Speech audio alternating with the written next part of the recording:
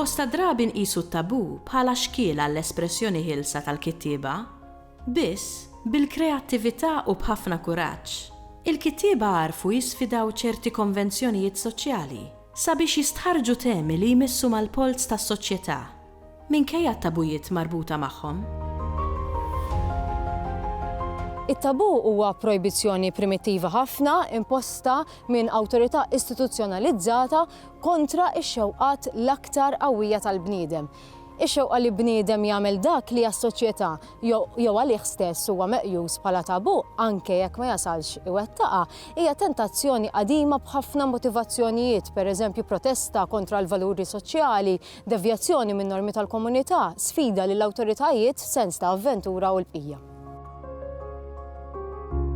It-tabujiet jirregolaw il-ħajja soċjali ta' komunità partikolari għaliex jiddefinixxu l-imġiba konformi li l-abitanti f'soċjetà huma mistennija jsegwu. Fi kliem ieħor, it-tabujiet huma mekkaniżmi ta' kontroll soċjali. Madankollu biex jiġu malma ir-regoli komunitarji, inklużi it-tabujiet ta' soċjetà partikolari, jeħtieġ qabel xejn is-soċjalizzazzjoni li permezz tagħha l-individwu ma jitħallix jaġixxi b'ċerta imġiba jew jirrelata ma' ċerti oġġetti jew postijiet. Għalkemm il-projbizzjonijiet jinternalizzaw beruq fondi, imġiba jew ħwejjeġ ipprojbiti fihom infushom jinstigaw imbagħad ix-xewqa u eventwalment iwasslu għat-trasgressjoni. Però it-trasgressjoni mhix biss ksur ta' projbizzjoni ta' liġi jew ta' norma, it-trasgressjoni ma tiċħadx it-tabu u minkejja li tiddestabilizzah daqstant ieħor tirrikonoxxi l-eżistenza tiegħu. Fis-seklu 21 f'Malta deru qatt ta' awturi li f'xogħlijiethom bdew jitrattaw temi meqjusin bħala tabux bijat provokanti u reġistru disfemistiku. Ngħidu aħna Elix Vellagera u Manuel Mifsud jimirħu u jipproblematizzaw il-kunċett tat-tabu. Fin-narrattiva psikoloġika tagħhom permezz tat-tekniki tan-nixja tal-kuxjenza u l-monologu interjuri, id-devjanti sikwit jingħata l-perspettiva ewlenija ta' rakkontu jinkixfu l-iżjed ħsibijiet profondi u intrinsiċi.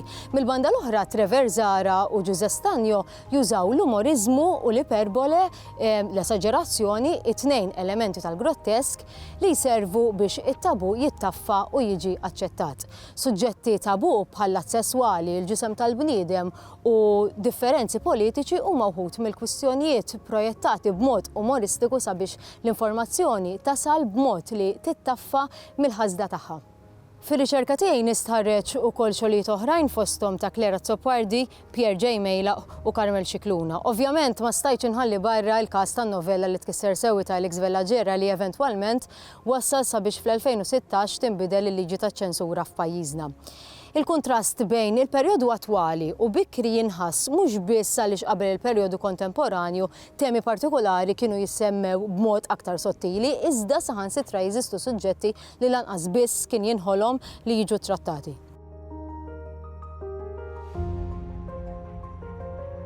Minkejja li s-soċjetà qiegħda ssir dejjem iżjed miftuħa u kosmopolitana, it-tabujiet tradizzjonali mhux faċli jinbidlu. Fir-rakkonti kontemporanji li nistħarreġ il-komunità kontinwament tirreżisti użanzi ġodda li jmorru kontra il-valuri u l-prinċipji nsara. Il-moralità tinħass bħala parti mill-aġna tas-soċjetà Maltija.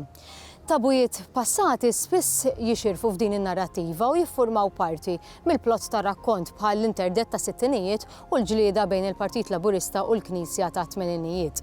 Suġġetti bħad divorzju u l-omosessualità m'għadhomx tabu bħalma kienu ftit ta' snin ilu. Fir-riċerka tiegħi fil-fatt l-omosessualità nagħtiha bħala eżempju ta' tabu tal-passat.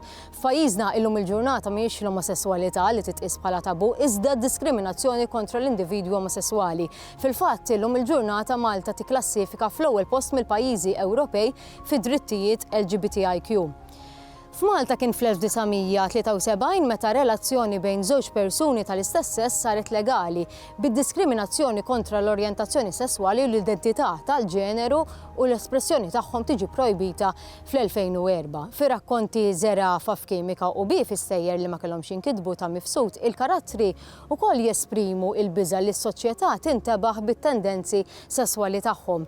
Iż-żewġ pubblikazzjonijiet jirrappreżentaw mument letterarju meta l-omosessualità kienet għada relattivament tabu f'Malta minkejja il-projbizzjoni kontra diskriminazzjoni sew għax ma kienx għad hemm ir-rikonoxximent legali ta' relazzjoni omosessuali, avveniment li mbagħad seħħ fl-2014 meta koppji tal-istess sess ingħataw id-dritt tal-unjoni ċivili u l-ewwel adozzjoni ta' tfal eventwalment saret fl-2016.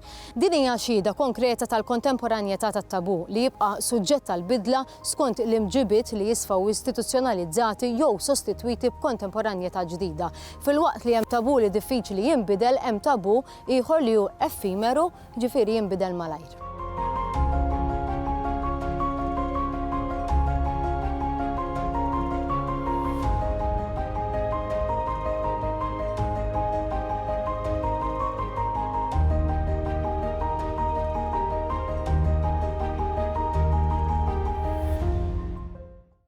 Il-Sinna jixtieq jirringrazzja lill-Aġenzija Nazzjonali tal-Litterizmu, lill-Ministeru għall-Edukazzjoni u x-Xogħol, lill-Kunsill Nazzjonali tal-Ilsien Malti u lid-Dipartiment tal-Malti fil-Fakultà tal-Arti l-Università.